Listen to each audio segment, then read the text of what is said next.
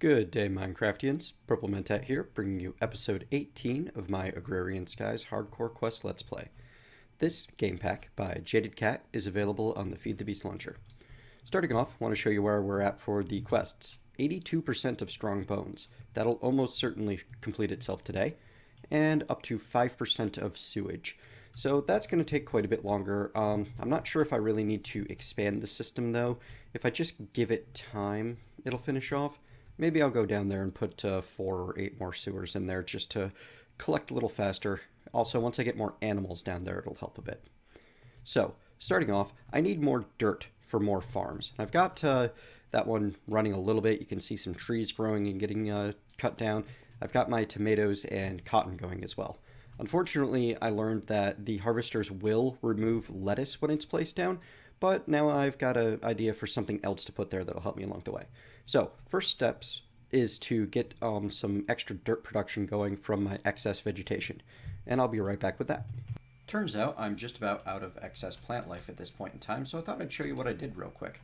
I threw together a rotten flesh to dirt setup, because you can compost rotten flesh just as easily as anything else. And this is just an expanded version of the one that I did very early in the system, in the series for leaves. It's just got a barrel of rotten flesh on top, outputting into 9 of these barrels. Well, the ex nihilo barrels. This is a Java barrel. And when the compost finishes happening, oops, got you set wrong. It gets extracted out the bottom and tossed into this Java barrel, which will be full of dirt. And then more gets pulled out of here, and etc., etc. So what I'm actually going to do is I'm going to grab you, set you here, long enough to grab you, and I'm just going to swap these barrels out on an as-needed basis until I have, oops, easiest way to handle that is probably just to put a temporary block behind it. Once I actually build a, proper automated system for this, where I have it integrated into the AE network, then I'll, tear this thing down. But for now, it's getting me the dirt I need. So I'm going to let that process long enough, and I'll be back. All right, now that our zombies to dirt machine has produced me, 4.5 stacks or so of dirt, I'm going to go get everything else put together over here. So instead of lettuce on the non-planter farm over here, I'm going to be using melons. And I want melons specifically because they're good both for smoothies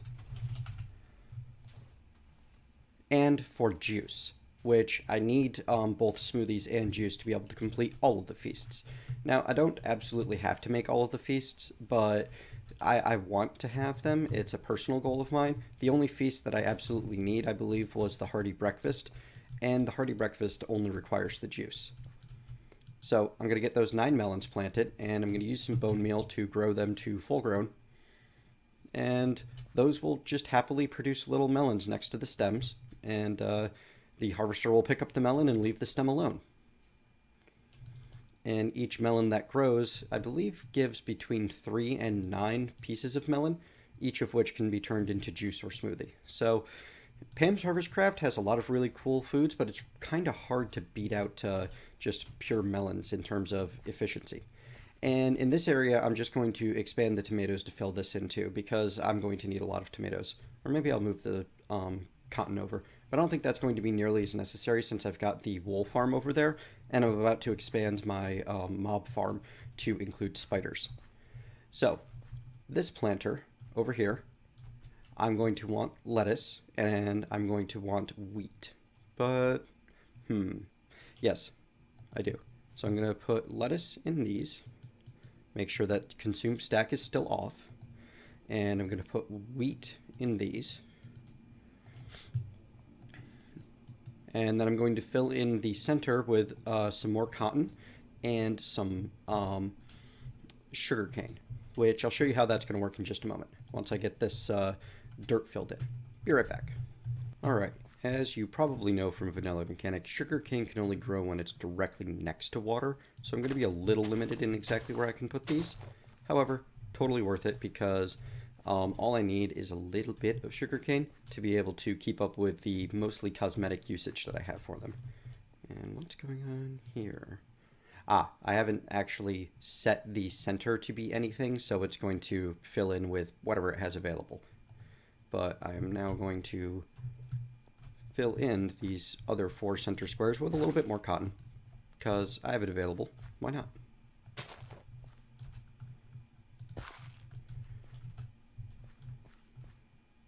And that one will come last. So I need to make sure that this system is inputting lettuce seeds. And it is very dark, so I'm going to go sleep through the night. Be right back.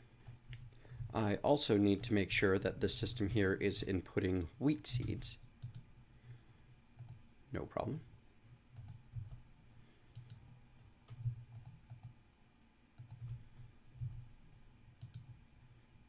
Always active, moving stacks, inputting lettuce and wheat. Stack consume off. That's everything. And to get things moving just a little bit faster, I'm going to come up here with some bone meal, and I'm going to grow the heck out of this stuff.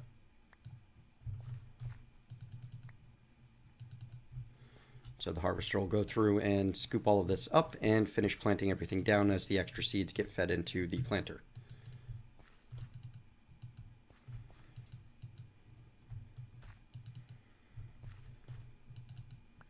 I love these 3x3 bone meal bags.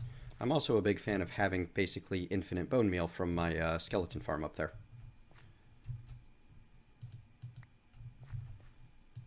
Get the cotton grown as well, as long as I'm at it. Just to get things started.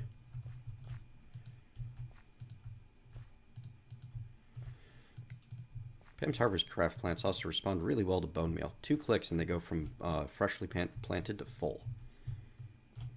Alright, and if I check my system here, I've got plenty of excess wheat and lettuce seeds in there at the moment. Fantastic. Now, for the other farm, it's going to be potatoes and carrots, with probably more netherwort in the middle again. Because I don't think I'm going to need more than the little bit of sugar I've got. Well, maybe I'll set up 4 sugar and 4 netherwort. Yeah, let's do it that way. Before I do anything else, though, I should really close off this farm instead of leaving an entire empty space doing nothing.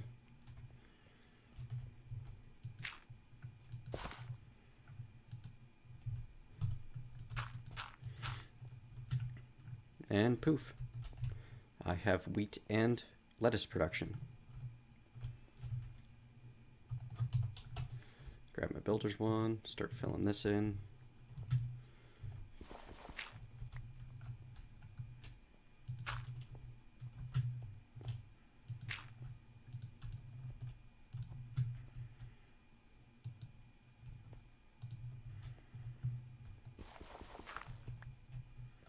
There's no elegant way to do this, it seems. That's okay. Alright.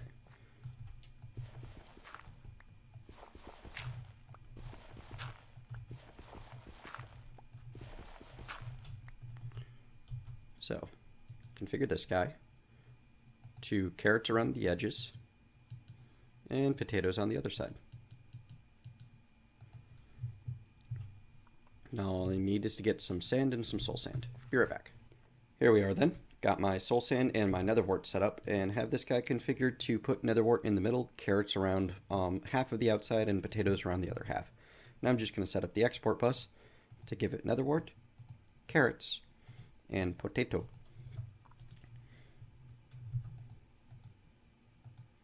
And those get planted awfully quickly once they do show up. Now I'm going to set down my sand, which I need a filler block on a couple of sides just to stop the sand from falling. And I need my bucket of water.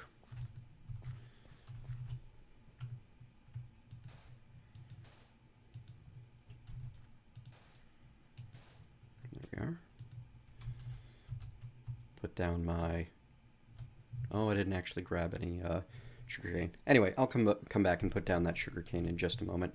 So yeah, now I have all kinds of good farms set up. Lots of potatoes production, lots of carrots production,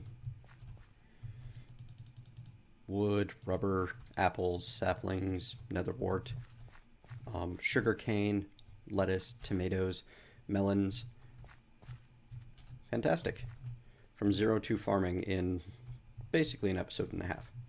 Okay, so the next step along the process of Hell's Kitchen would be to set up a way to start crafting all of those items without me needing to directly intervene, but that's going to be a task for another day. Ooh, look, there's a melon, and I want to see the harvester scoop it up. Take a minute to get over here, I'm sure. There's a couple of melons, and there they go. You can hear the TNT generators going off in the background again.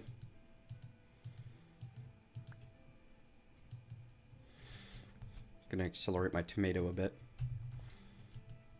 These only actually gather one tomato per growth because I guess it's not removing the stems, so it's not going to gather multiples.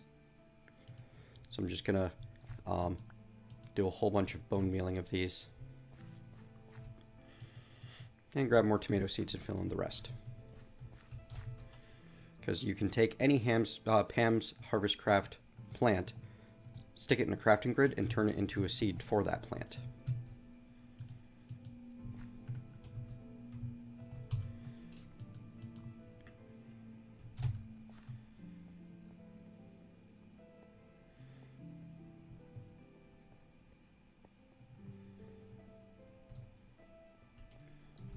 Let's go see our spoils.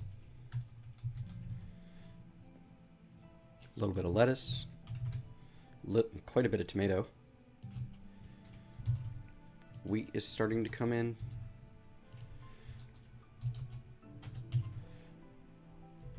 No potatoes in the system yet. It probably hasn't filled up that planter just yet. So, next up on the Hell's Kitchen is going to be auto crafting, but I'm not quite ready for that yet, as I believe I promised people a look at the nether this week. And to accomplish that, I want to get some more serious enchanting going.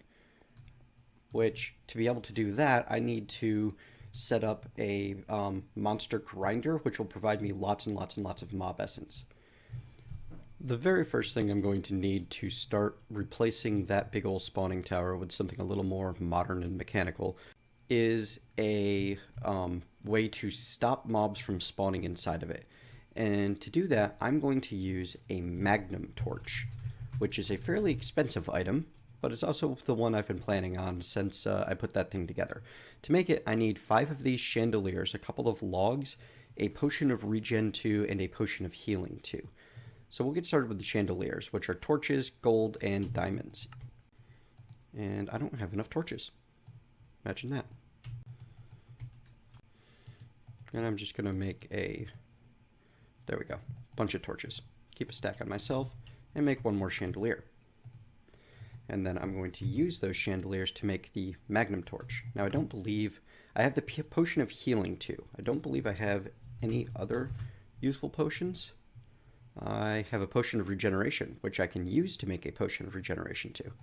That's nice. So, to turn a potion of regen into a potion of regeneration, too... Hang on. I thought that I was able to do that.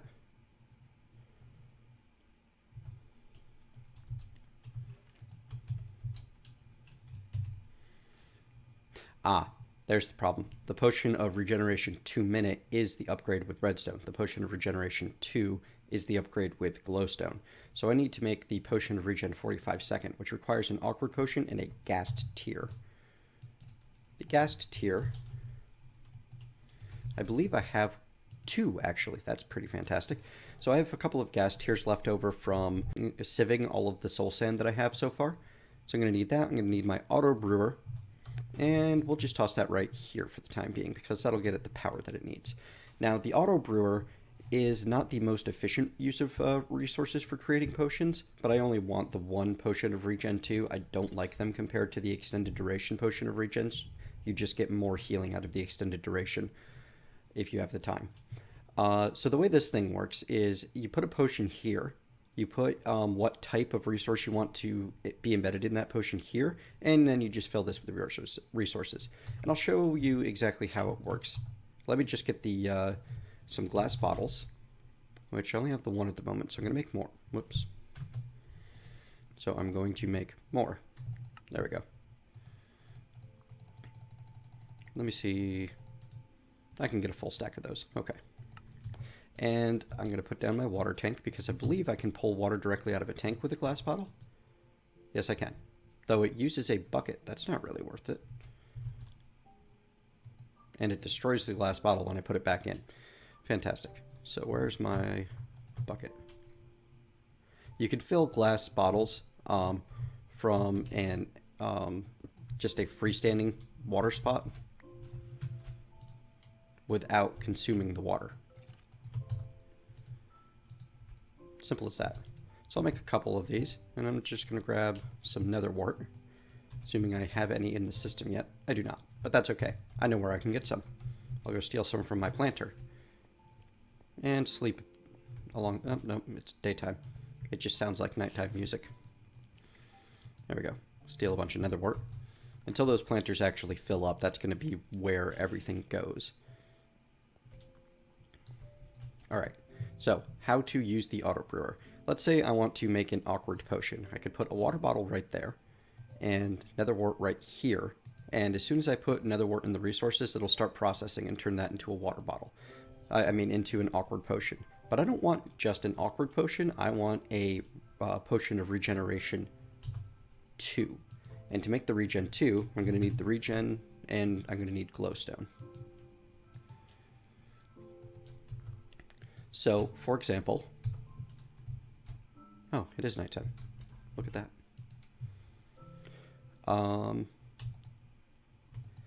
If I were to set this up with the gas tier second and the glowstone last, when I add nether wart, it'll first process the water bottle, turn it into a potion of an awkward potion, and then move it down, and then process it with the gas tier to move it to turn it to a potion of regen, and move it down, and then process it into a potion of regen 2. And I'll show you that process right now. As it fills up with work, uses a whole bunch of energy, and water bottle becomes awkward potion. Next to the gas tier now. It's going to use up that gas tier. Becomes a potion of regeneration. And then with the glowstone, potion of regeneration 2. Now this is less efficient than doing it manually. You could set up a regular old brewing stand and do 3 potions of regen 2 with the same amount of resources that I just spent. What the automated potion maker can do, which is kind of nice, is you can just keep things cycling through here constantly. So if you have something like, I could easily make a whole bunch of health potions with the resources I have rolling in, because the only thing you need to make a potion of healing is some glistering melon. I'm getting lots of gold and lots of melon at this point. And then I could easily upgrade those to 2 with the glowstone. So it wouldn't be hard to set up a potion of healing supply chain. Regen is just expensive because it uses the gas tier. So that was fun to play around with. Let's get the magnum torch made so that I can shut off those spawns. Magnum. There we go. And I need the potion of regeneration 2 and my 5 chandeliers. Chandeliers are a light source that stops spawning within 16 blocks of it, which, you know, pretty useful. Magnum torch is just the, you know, nicer, more upgraded version of that. Now this torch you can't place on walls. You have to set it down somewhere. So I'm just going to bring it over here, right next to the entrance to my spawner. Set it down there, and this will stop all of the, well, most of the spawns from happening up there. I'm still going to need to get inside there and tear things down manually, but I can do that off camera. So I'm going to wait for all of the spawns to move their way into the death pit and die, and I'm going to slowly tear down this tower. And once I get this thing leveled, I'll come back and show you what my next plan is. Back briefly, folks. Just wanted to show you I've got the entire tower torn down. You can actually see most of my base on the minimap now. And I've grabbed myself a bunch of stone to do some more building with, replanted some extra tomato over there, And notice that I'm running out of food, but I have the ability to make something better. So I wanted to show you that real quick. So I want to make myself the feast. And to make a feast, I believe the delighted meal is the one I'm looking for. Yes, it is. I need deluxe cheeseburgers, which is just lettuce and tomato and cheeseburgers, and that changes it from a wholesome meal into a wholesome large meal. And then I need myself french fries, which I may already have a bunch of. Let's check. Nope, I don't have any fries. I need potatoes, so I'm going to have to go grab some of those from the planter, as I still have not generated enough potatoes to overwhelm this thing. But I've got, a few stacks of them in there. So I'll make myself some fries. And I need to make myself some melon smoothie. Oh, I need more salt. We'll get to that later.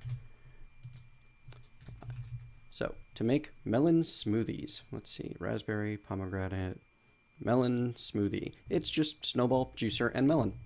And that where'd my snowballs go? I know I had some. Oh, I turned them all into snow. Hang on.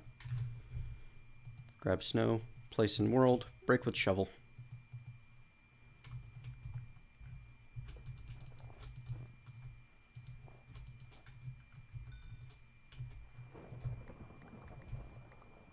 There we go.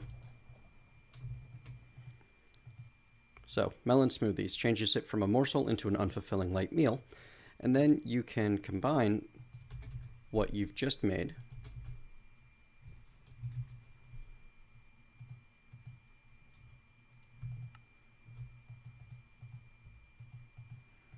maybe, if it'll let me. It's not happy with any eye.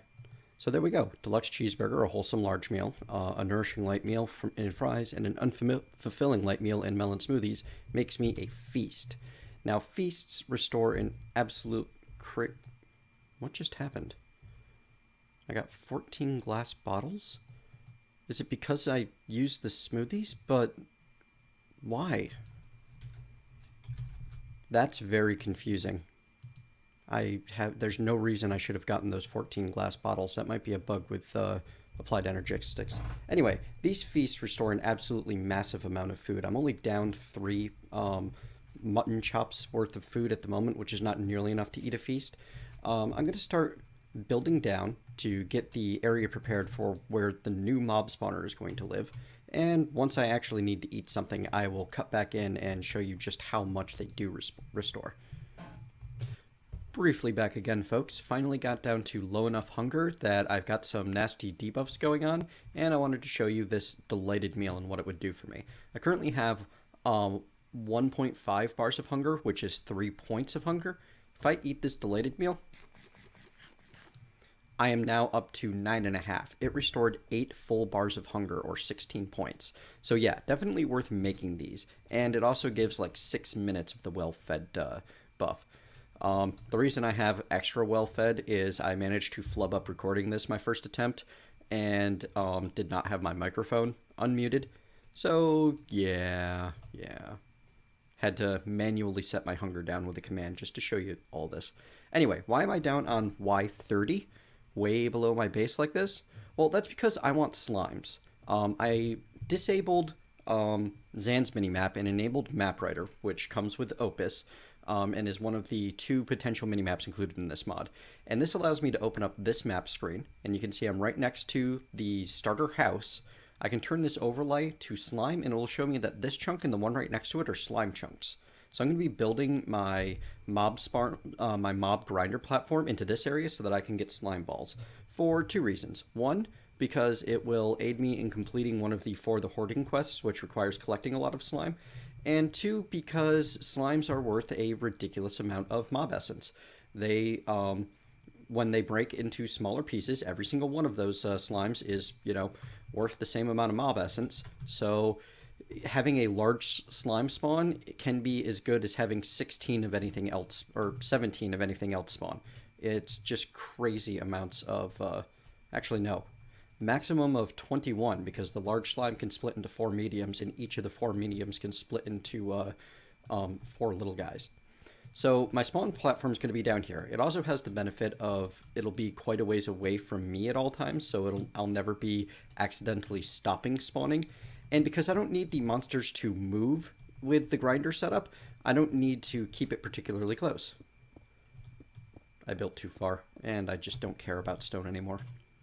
So I'm going to finish getting this constructed and show you how I'm going to set up the grinders inside of it, and that will likely be all the time we have for today. Be right back. Here I am back again, folks. I have myself 12 grinders and 12 tesseracts ready to take downstairs with me. I wanted to show you this block up at the top of the ladder. I've got the Jaded ladder from Open Blocks, which is a fantastic replacement for a trapdoor. And it is made from one ladder and one trapdoor, and it has the functions of both. I can right-click it to have it open up, and I can actually climb on it as if it were a ladder. Normally with a trapdoor setup like this in vanilla, you would have to open it up and then stand on the top of the ladder and hop out. So it's just nice. I like it. Very long fall down. This is worse than the Mass Effect elevator sequences. At least they had occasional comedy involved. Alright, so all the way down here, I am going to build myself a room with an internal area of 10 by 30 inside of these slime chunks. And in the walls of that room, I'm going to be setting up the grinders, and they're going to be powered by tesseracts and exporting all of their goodies to tesseracts, because I have the tesseracts set to collect not only drops, but also liquids and such. So let's get that started. The grinders cover a 5x5 area, and I know that nothing's going to be spawning here because this is all wall, right? So oh, I'm out of blocks. Hang on, let me fix that. I brought extras with me to craft into the appropriate types because I like this border stone. My construction techniques are basically find pretty texture, build with it. All right, so 1, 2, 3, 4, 5. And then that's the other wall. And I want this room to be 3 high. Ooh, and a couple of skeletons spawned over there. Whoops. Better go take care of them. Overworld monsters got nothing on this armor.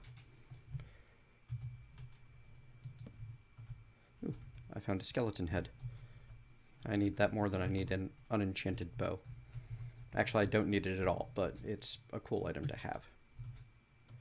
Alright, so I'm going to want to light up the outside of this. And I want a grinder every, basically 3, in the middle of every 5 block area. See, this grinder can handle a 5x5 in front of it, so it covers the 2 blocks to either side of it and 5 blocks out. And then the grinder directly across from it will cover these. Did I fail at counting? 5, 6, 7, 8, 9. No, good.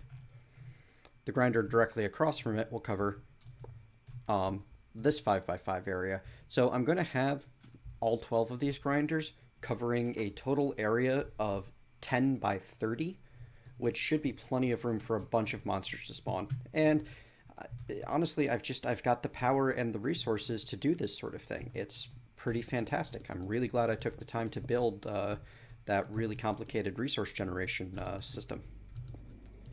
All right, so I want to be able to access the whole area. I'm going to have to walk around. That's somewhat aggravating.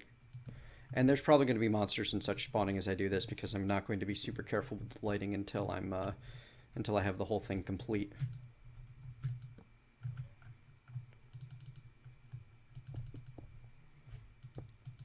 There we go.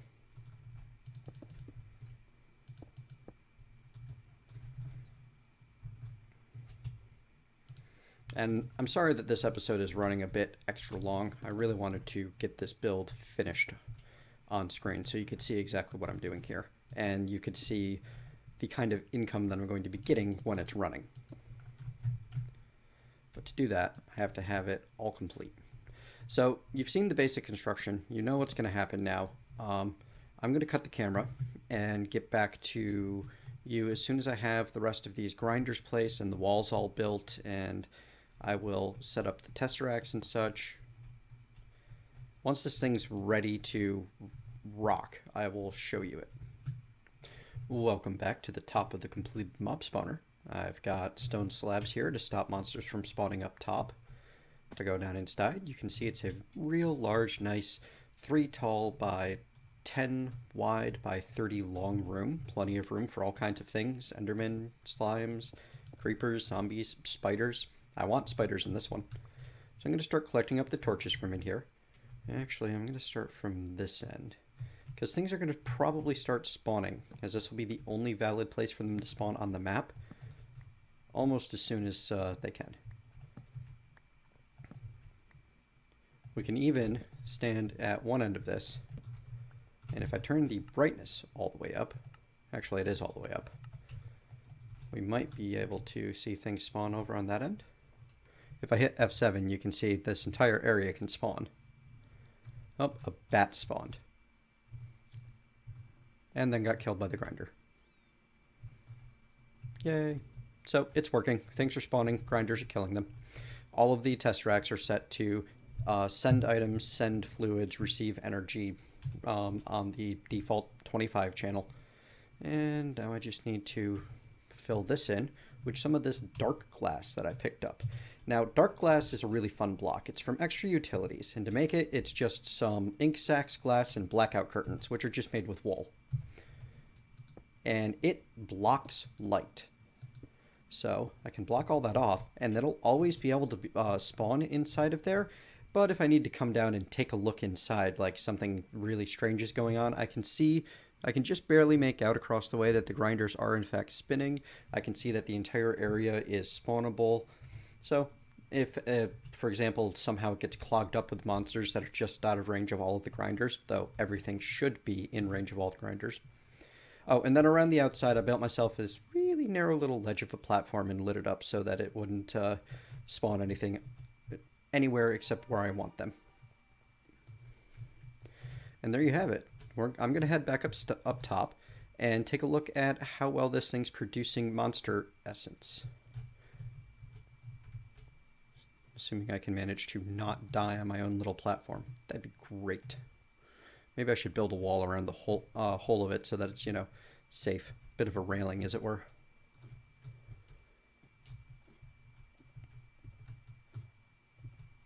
It's a very long ladder, going from 30 up to 70. I should build a couple of elevators to put in its place. That would be cool. All right. So I come over here. I have the fluid storage monitor set up, and I set it to mob essence by grabbing a bucket out of that mob essence drum and tossing it in here. And you can watch the mob essence ticking up fairly quickly, actually. I already have 3.5 buckets. That's awesome. So that's going to do me a world of good next episode. In the next episode, In the next episode, I might expand storage in my ME system because I am running out. So in my next episode, I'm going to start using this mob essence to enchant my weapon, enchant my pickaxe, and probably set up a way to convert that mob essence back into regular experience, because I'm going to need actual experience levels to be able to do some of the cool things I want to do with enchanting. And then once I have enchanted gear, I'm going to invade the nether. It's either going to happen next episode or the one immediately after that, but it is coming soon. Thank you very much for joining me. I hope you're enjoying the series thus far. If you are, please like, comment, favorite videos. Those have helped me a lot in getting new viewers. Somewhere around 60% of the views that I've gotten have come off of YouTube recommendations, and you guys make that happen for me by liking and commenting on the videos. See you next time.